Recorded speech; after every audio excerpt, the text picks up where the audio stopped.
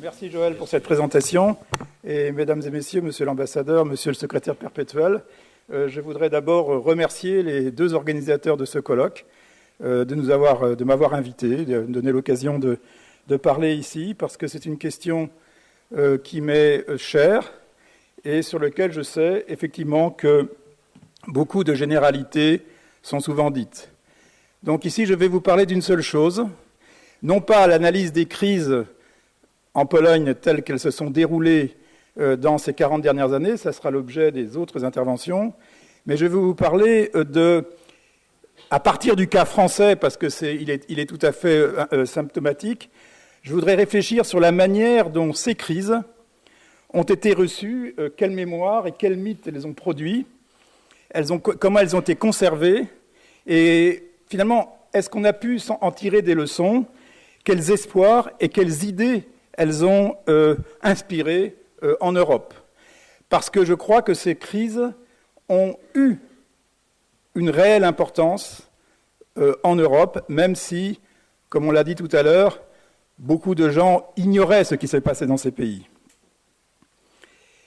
Je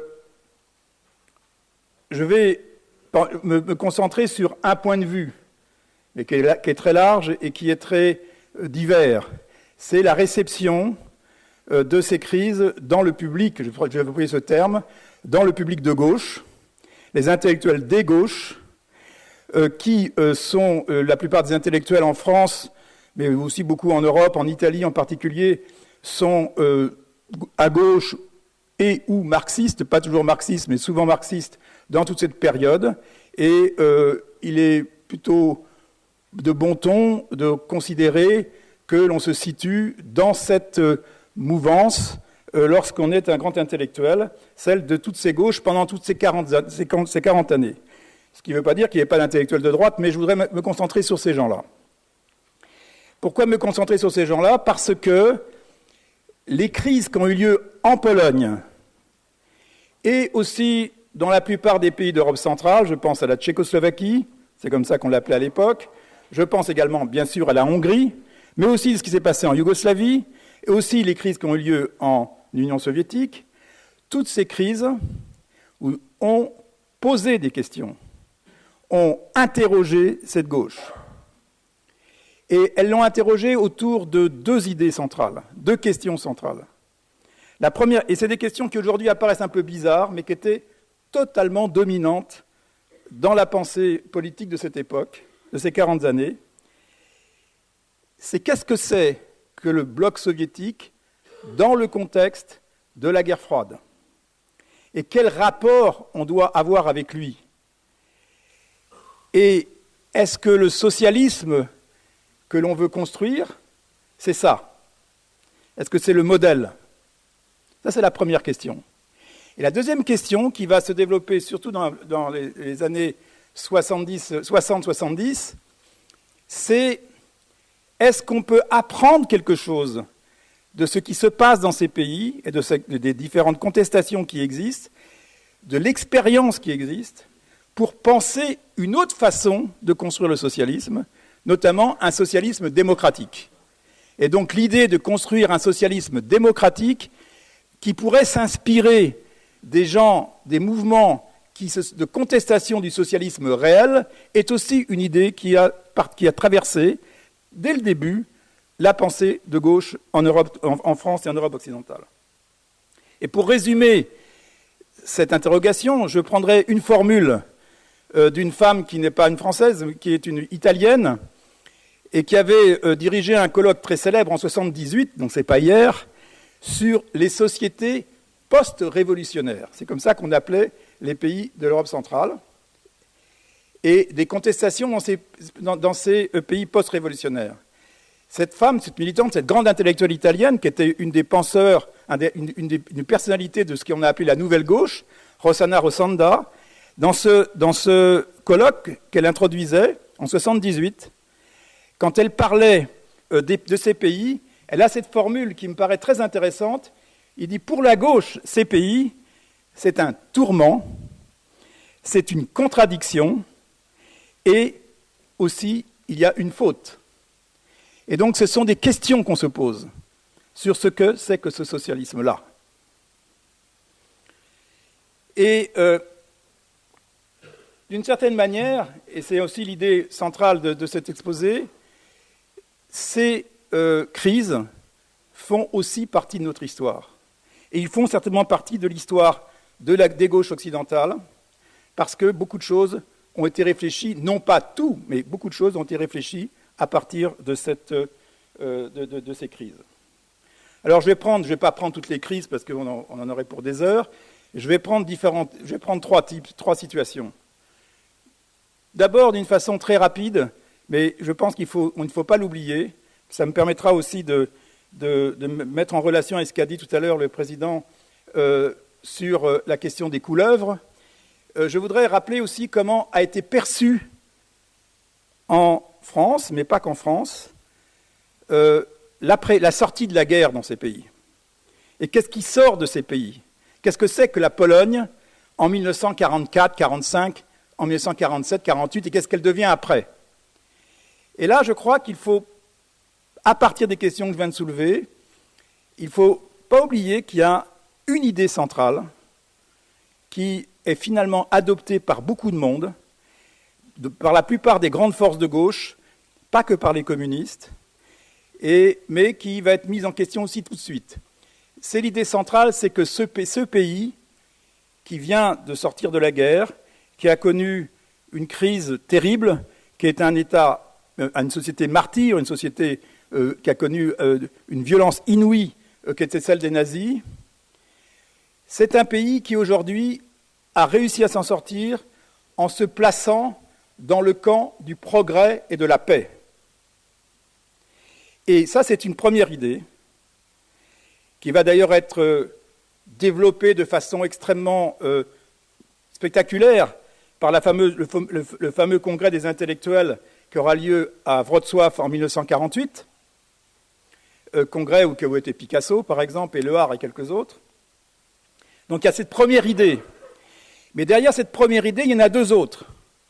La première, c'est que la Pologne a été dominée pendant la guerre, par les Allemands bien sûr, mais par une résistance.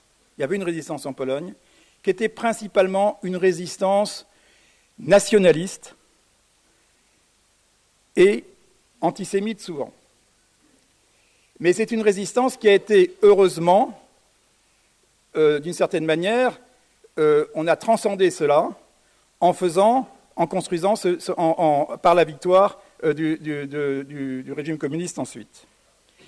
Cette idée, ce cliché, cette première idée, c'est ces deux idées-là, disons, la Pologne avec une résistance nationaliste et deuxièmement, la Pologne antisémite, c'est une idée qui se cristallise tout de suite en France.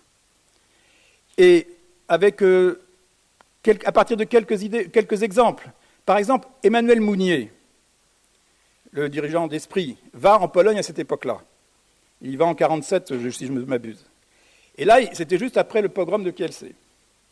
Et il va là-bas, il rencontre beaucoup d'intellectuels catholiques, et il rencontre beaucoup d'autorités catholiques, et aussi des communistes.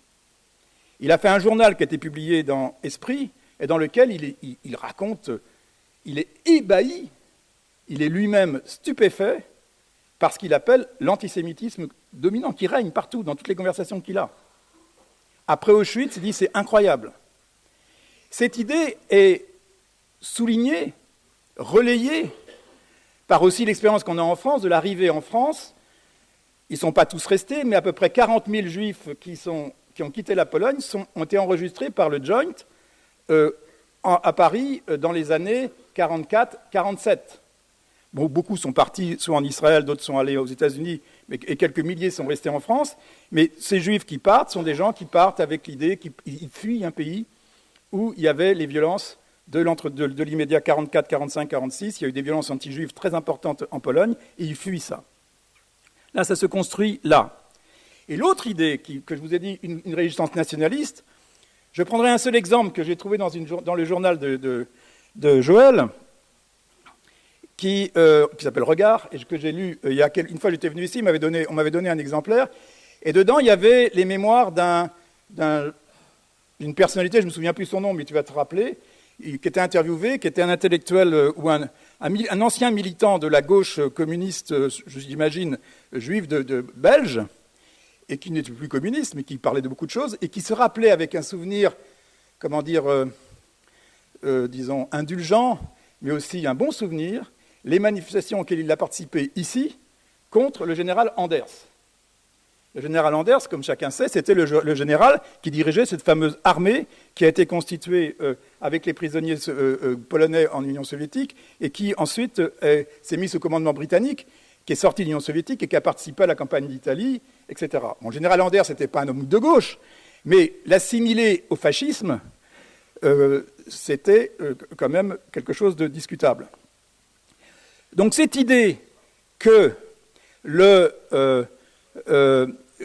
la résistance polonaise avait été une résistance qui était la position officielle du Parti communiste polonais, était quasiment assimilée à des fascistes, cette idée est restée quand même très profonde dans les clichés.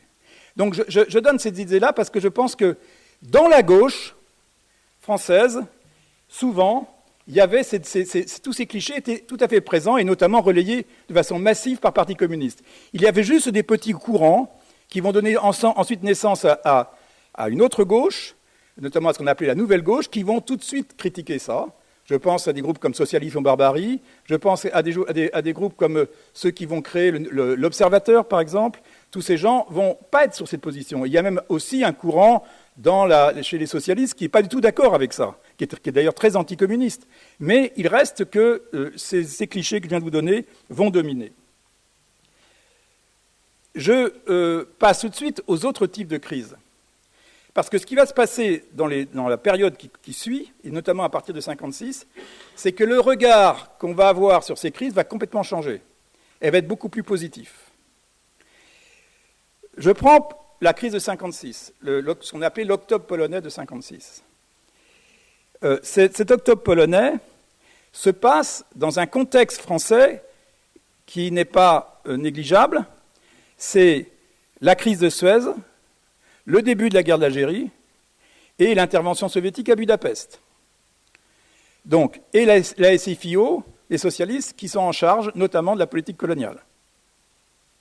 Donc, dans ce contexte-là, vous avez une partie de la gauche qui s'identifie à ce qu'on peut appeler une troisième voie, qui cherche autre chose, ni être avec l'impérialisme américain ou l'impérialisme français en Algérie, ni être avec les soviétiques qui interviennent à Budapest, mais trouver quelque chose d'autre. Alors il y avait des voies. Il y avait la Yougoslavie qui avait beaucoup servi de modèle. Mais l'octobre polonais va jouer un rôle très important. Il va jouer un rôle très important parce que vous avez par exemple un voyage d'intellectuels français qui est très fameux, qui est le voyage de Robert Antelme, Dionys Moskolo, Edgar Morin et surtout Claude Lefort, qui vont aller en début 1957 en Pologne, qui vont rencontrer beaucoup d'intellectuels, beaucoup d'ouvriers, et qui vont rencontrer ce qu'on a appelé la gauche d'octobre. Je ne sais pas s'ils ont rencontré Karol Modzelewski, mais ils ont rencontré certainement d'autres gens, notamment des gens comme Pomian, etc. Et ils ont des discussions avec tous ces gens. Et ils reviennent avec une idée, qui est une idée qui va cheminer, qui va faire d'ailleurs la spécificité de Socialisme à barbarie après de cette nouvelle gauche qui va avoir lieu, c'est l'idée que dans le mouvement d'octobre polonais, il y a une nouvelle conception du socialisme qui se construit. Cette nouvelle conception du socialisme, elle est démocratique, elle est fondée sur l'autonomie ouvrière, l'autogestion ouvrière, ce qu'on appelait à l'époque les conseils ouvriers. Et il y avait un système de conseils ouvriers qui était né déjà à Budapest. On voit des conseils ouvriers, notamment à FSO et dans d'autres entreprises polonaises. On voit des dirigeants ouvriers qui sont extrêmement fascinants, qui apparaissent comme un petit peu l'image qu'on peut avoir d'une force révolutionnaire. Et donc, on est dans un contexte où on se dit, voilà, vous avez là une idée. Alors, bien sûr, c'est une des questions qui va être soulevée. L'autre question qui va être soulevée par la crise de 1956, et là il faut mélanger à la fois la Pologne et la Hongrie, c'est la fin de ce bloc progressiste. C'est la fin de ce qu'on appelle le progressisme, l'idée que finalement l'alliance avec l'Union soviétique et avec le bloc de l'Est, c'est nécessaire pour défendre des idées démocratiques, et que ce bloc est le bloc du progrès. Et donc dès cette époque-là, prise de position, même chez les intellectuels, c'est l'époque où Sartre rompt avec le Parti communiste en écrivant un texte très fameux qui s'appelle « Le fantôme de Staline ». C'est l'époque où vous avez toute une série de ruptures dans le Parti communiste, célèbres, notamment Edgar Morin et autres, qui vont partir, et qui rompent sur cette question. Donc là, on a deux idées. Début de la désintégration, mais c'est tout à fait un début de ce camp du progrès, et deuxièmement, l'apparition d'un camp, disons, d'une idée socialisme démocratique. Évidemment, tout ça est appuyé sur toute une série de mythes. Tout ça n'est pas forcément des choses qui vont donner des résultats, mais c'est une vision qui a lieu à l'époque, et ça, je crois que c'est d'ailleurs dans ce contexte-là que dans la gauche qui va faire 68, par ce qu'on appelait la gauche de la gauche, on l'appellerait aujourd'hui la gauche de la gauche, mais c'est quand même un peu plus vaste, l'expression d'opposition de gauche au changement, au régime polonais, notamment la fameuse lettre ouverte au Parti ouvrier unifié polonais qui a été signée par Karol Modzelewski, qui est ici, et Jacek Kuron. Cette lettre, qui leur a valu beaucoup d'années de prison, était la première manifestation d'une critique de gauche du système communiste polonais, est devenue un texte absolument mythique dans la gauche française comme étant une référence très forte. Dernière crise que je voudrais signaler également, c'est la manière dont on a lu Solidarność. La manière dont on a lu Solidarność, c'est un peu la même chose. C'est-à-dire que, mais là, c'est allé beaucoup plus loin. C'est-à-dire qu'on a vu dans le mouvement de solidarité, de Solidarność, on a vu une révolte ouvrière et une révolte de toute la société contre le système. Donc là aussi est apparue l'idée du socialisme démocratique comme alternative. Mais aussi, ce qui est très important, c'est qu'à ce moment-là, commencent à s'imposer des idées comme le totalitarisme, comme la mise en critique de la façon dont on pouvait parler d'impérialisme soviétique, la manière dont on pouvait parler, parce qu'il y avait la peur de l'intervention soviétique. Toutes ces questions vont être des questions qui vont se développer dans la gauche française dès cette époque. Et vous avez, par exemple, et là pour ça, l'expérience de Solidarność, je ne vais pas en développer parce que Karol Modzelewski va en parler tout de suite, mais a été vraiment disons, une sorte de miroir de toutes les discussions qu'il y avait à gauche, notamment d'un syndicat comme la CFDT, qui à l'époque était un syndicat pour l'autogestion, et s'est beaucoup identifié à Solidarność. Je vais terminer, parce que je ne veux pas monopoliser la parole, en disant que, pour moi, ces crises à l'Est, et les crises polonaises en particulier, ont été, pendant toute cette époque, au centre de ce qu'un intellectuel qui n'est pas vraiment un intellectuel de gauche, que je dirais un intellectuel centriste, Paul Thibault, un catholique, il a parlé de délégitimation du communisme en France. Il y a beaucoup de processus, mais vous vous rappelez qu'après la guerre, le Parti communiste était le principal parti, avec les gaullistes, il avait jusqu'à 20-25% en permanence, et c'était une grande puissance politique. Et avec ça, il y avait toute cette idée du camp du progrès, etc. Eh bien, toutes ces crises, il y a eu d'autres éléments, bien sûr, mais toutes ces crises, et je pense que les crises polonaises ont joué un rôle très important, un rôle de délégitimation.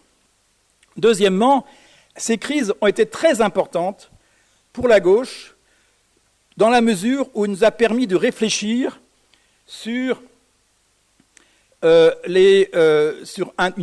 autre forme de socialisme. Alors ça n'a pas forcément abouti à une solution, puisqu'on sait, mais ça a permis de faire vivre et de garder la perspective socialiste et démocratique, avec des références, des repères. Et dernier point, elles nous ont confirmé aussi une autre chose. Et ça, je ne veux pas l'oublier parce que je crois qu'aujourd'hui encore c'est d'actualité. C'est que seul un mouvement démocratique de masse qu'un mouvement d'en bas peut aboutir véritablement à de véritables changements. Et tout le changement qui a constitué à l'effondrement du système soviétique, qui bien sûr a eu le concours d'autres éléments, notamment ce qui s'est passé en Union soviétique, n'aurait pas été possible sans ces mouvements-là. Mais j'ajoute que ces mouvements ont été aussi dévoyés. Ils ont été dévoyés, les premiers, par exemple ceux de 1956, y compris Solidarność, y compris ce qui s'est passé en 1970, soit les communistes se sont présentés comme ceux qui allaient résoudre la crise, et puis ensuite ça a été dévoyé, mais même, d'une certaine manière, et je pense que Karol Modzelski en parlera également, même d'une certaine manière, la liberté et la démocratie qui ont été acquises en 89, la grande bataille de 89, et ce qui s'est passé après, a été en partie dévoyé, a été en partie, disons, volé à ceux qui l'ont faite. Et c'est d'ailleurs une des sources des crises actuelles aujourd'hui en Europe, en Pologne. Et c'est peut-être aussi cela qui explique que, aussi encore aujourd'hui en Pologne, on a un nouveau mouvement qui apparaît de la société, qui est plus un mouvement d'indignation qu'un mouvement révolutionnaire, un mouvement d'indignation par rapport aux mesures que prend le gouvernement actuel. Donc, pour moi, c'est en permanence un dialogue qu'on a eu, qu'on continue à avoir avec ces crises. Bien sûr, ce que je vous ai dit, c'est marginal, c'est pas marginal, c'est minoritaire, il y a bien de gens qui ne s'y intéressaient pas, mais pour ceux qui s'y sont intéressés, pour toute une série de débats stratégiques, je crois que ça a été essentiel. C'est ça que je voulais vous dire, parce que maintenant vous allez longuement discuter sur ces crises elles-mêmes, en les analysant avec notre vision d'aujourd'hui de ces régimes, mais il faut bien voir que nous y avons réagi avec nos visions de l'époque du régime communiste et de nos problèmes de l'époque, et qu'il faut, quand on veut réfléchir à cette histoire, il ne faut jamais oublier cet aspect. Voilà, donc je voudrais conclure, et il faut que m'a demandé Joël, que je vous présente Karol Modzelski, qui va venir maintenant prendre la parole. Karol Modzelski, c'est d'abord un grand historien, un médiéviste, qui a écrit plusieurs ouvrages qui sont disponibles en français, dont un grand ouvrage sur l'origine de l'Europe, qui s'appelle l'Europe barbare. Donc c'est un grand historien, il a été d'ailleurs vice-président de l'Académie des sciences polonaises, mais c'est aussi un des fondateurs historiques de l'opposition démocratique et de Solidarność. C'est d'ailleurs lui qui a inventé le terme Solidarność pour le syndicat, c'est lui qui a proposé qu'il s'appelle comme ça. Il a été porte-parole de Solidarność après la grève de Gdansk. Il a participé à tous les débats, il a été sénateur ou député, sénateur je pense. Ensuite, il est une des personnalités qui a animé tous ces débats. Avec cette caractéristique que je voudrais dire tout de suite, et vous allez vous en rendre compte, c'est qu'il a gardé, à mon sens, une fidélité très forte à une vision et de ses engagements, qui fait qu'aujourd'hui, en Pologne, il est une des voix écoutées, même si elle est contestée par beaucoup de gens de droite et autres, mais une des voix écoutées, une des grandes personnalités, et presque une conscience politique à lui tout seul de la Pologne d'aujourd'hui. Et je pense qu'il faut l'accueillir parce que c'est un personnage très important. Merci.